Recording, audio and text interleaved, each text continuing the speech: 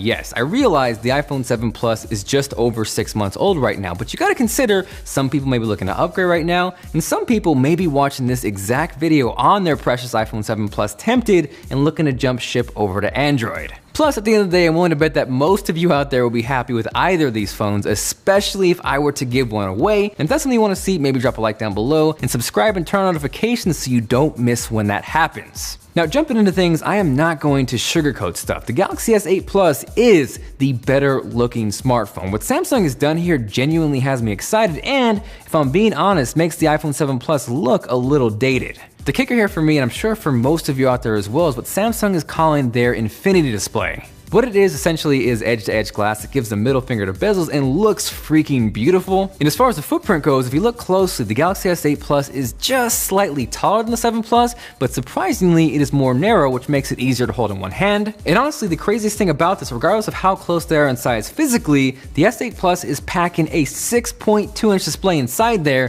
where the iPhone 7 Plus is looking kind of small at 5.5, so those are some serious screen gains. Oh, screen games. Ew. Now, as far as within those 5.5 inches, the iPhone 7 Plus has a resolution of 1920 by 1080, whereas the S8 Plus is packing all kinds of pixels with a resolution of 2960 by 1440. Now, notably, most of those extra pixels are coming vertically, and what that's gonna do is give you a much taller display on the Galaxy S8 Plus, and that's cool, especially if you're holding your phone in portrait mode, because you can then essentially stack layers on top of each other. But if you flip things and watch full screen video like this, then that's where that 18.5 by 9 aspect ratio does get a little bit weird. Specifically, you'll notice 2 black bars on the side of me, and while that definitely isn't a deal breaker, some people may be turned off by it. Now, on the flip side, with the iPhone 7 Plus having a 16 by 9 aspect ratio, those black bars are non-existent. In terms of quality, yes, the iPhone 7 Plus is a really solid, great looking display, but if we're talking wow factor, brightness, vividness, if I'm A-Bing the two side by side, I am going with the Galaxy S8 Plus. Now, admittedly, I am not the biggest fan of spec comparisons, but for those who gots to know, the iPhone 7 Plus is packing Apple's A10 Fusion chip, which essentially is a pair of dual-core processors, one high performance and then one low performance, 3 GB of RAM, and a 2900 milliamp hour battery. Flipping sides to the Galaxy S8 Plus, that's also similar in the sense where we see a pair of processors, but in this case, that's actually a pair of quad-core processors, 4 gigs of RAM, and a slightly larger 3500 milliamp hour battery. Now, this is the point in the video where I explain why I'm not the biggest fan of spec comparisons, because on paper, one might see the 8 total cores in the Galaxy S8 Plus and assume that it is infinitely faster and better than the 4 total cores in the iPhone 7 Plus, when that really isn't the case. Even in things like synthetic benchmarks, take Geekbench 4 for example, the Galaxy S8 Plus barely beats out the iPhone 7 Plus in terms of the multi-core score, and that is with double the cores. Hop over to the single core side of things, and it's a completely different story. The iPhone 7 Plus actually smokes the Galaxy S8 Plus. Now, does that mean the iPhone 7 Plus is infinitely better, faster, and that you should solely base your decision based off benchmarks? No way.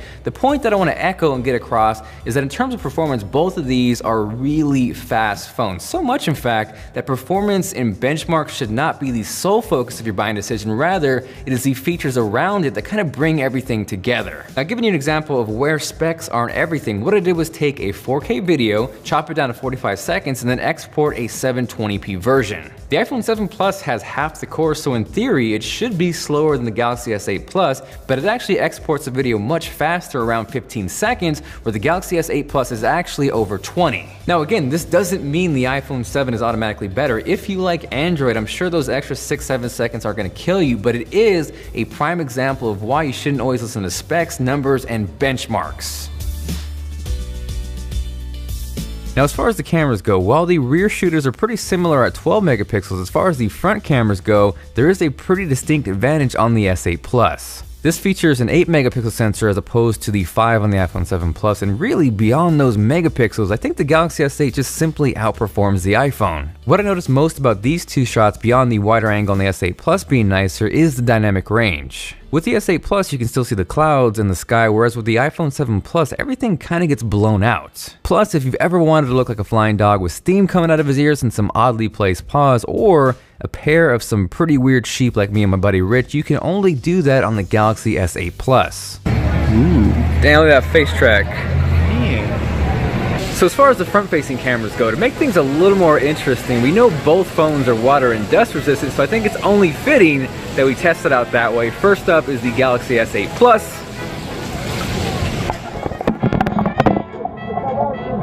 Next, we have the iPhone 7 Plus with that sweet gold carbon fiber wrap from Colorware. Now, of course, it is water time.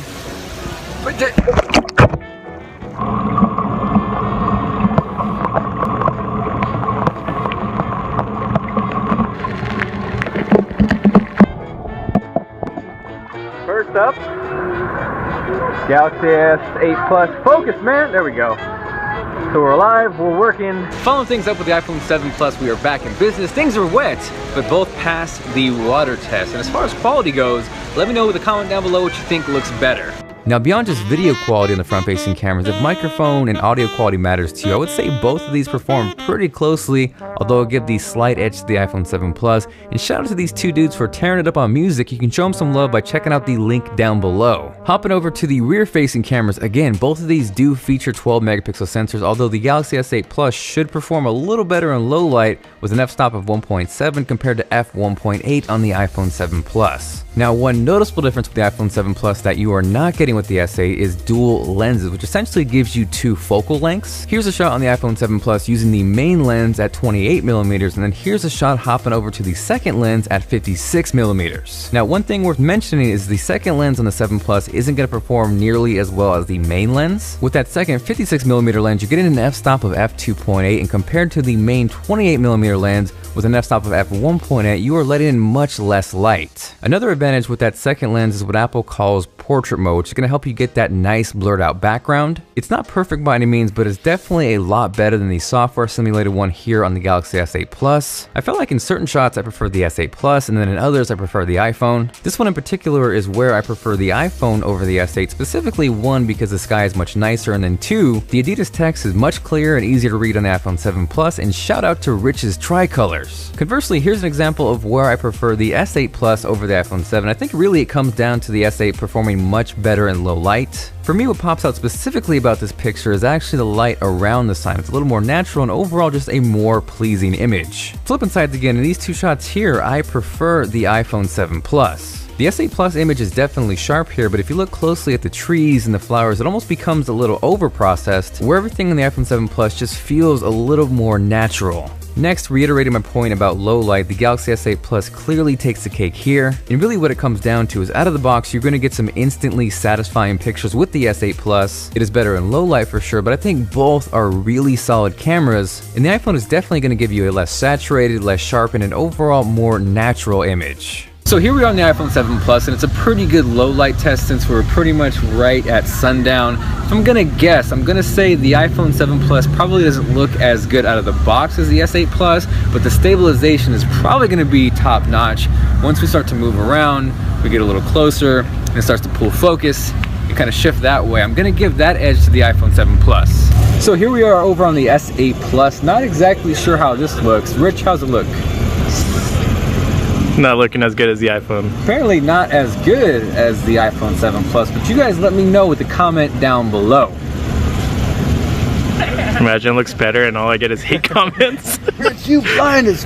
So hopping back into design, because of Samsung's Infinity Display, you may have noticed there is no longer a physical home button. It's actually kind of similar to what we saw on the iPhone 7 and 7 Plus, where the best way I could describe this is if both phones were off and you press the button, nothing would happen. Now, the difference with the Galaxy S8 Plus is the home button is built right into the freaking screen. The iPhone 7 Plus still gives you some sort of a physical home button feel, whereas with the Galaxy S8 Plus, you're actually pressing the display. So in terms of pure tech badassery, yes, the S8 Plus having the home button in the display feels super futuristic, but it does leave a couple problems. The first of which being the fingerprint reader on the S8 Plus is now located oddly on the back. And don't get me wrong, I don't mind fingerprint readers on the back of the phone when it is executed properly, but with the S8 Plus, it's kind of weird because you really don't know where you're pressing, and oftentimes I kept swiping and smudging up the camera. So as far as the fingerprint reader goes, I definitely prefer the iPhone 7 Plus. It's easier to access, it's a little more natural, and it really makes me wish Samsung would have gone the extra mile and put the fingerprint reader into their Infinity Display. If you hop into settings, there is actually an option where you can unlock your phone by pressing the home button from your lock screen. The problem here though is there there is no level of security. And again, if Samsung could have incorporated the fingerprint reader here, it would have been amazing. Yes, the S8 Plus has an iris scanner, it has face unlock, but those still feel a little gimmicky at this point, and I really have no desire to unlock my phone with my face. Now moving on, we're gonna play a game of things I really like on the S8 Plus, starting with USB-C. As most of you are aware, Apple uses their proprietary lightning cable,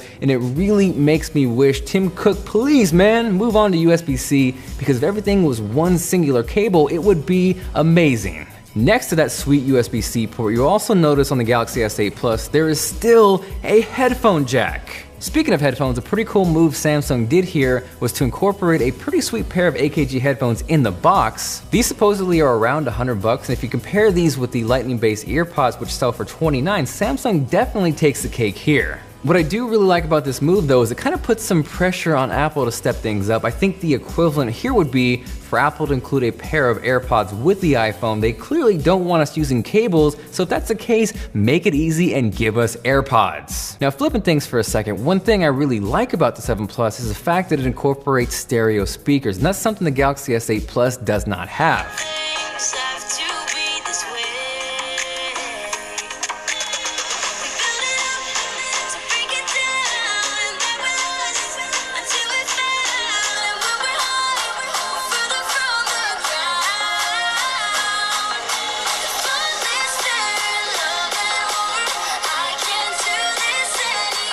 Now I totally understand hearing those two compared side by side through video is not better than hearing them in person, but I will say the Galaxy S8 Plus does hold its own in terms of volume, but as far as sheer sound quality and clarity, the stereo speakers on the 7 Plus definitely sound better. Now as far as battery life, even though the iPhone 7 Plus is technically a smaller capacity, whenever I've used one I've never had a problem getting through an entire day, and they're actually pretty close in terms of battery life. A couple of other cool things with the Galaxy S8 Plus is you're getting micro SD card expansion up to 256 gigabytes. Beyond that is Bluetooth 5.0, which is kind of cool because you can control two separate Bluetooth devices independently, something you cannot do on the iPhone 7 Plus. You also have wireless charging on the S8 Plus, even though whenever I bring up wireless charging, everyone freaks out because no one actually likes wireless charging, but you have it anyways. Now I'm not gonna dive too much into Bixby, although I will say I cannot stand the dedicated Bixby button on the S8 Plus because every time I go to press the volume rocker, I activate Bixby and Bixby, why you been such a...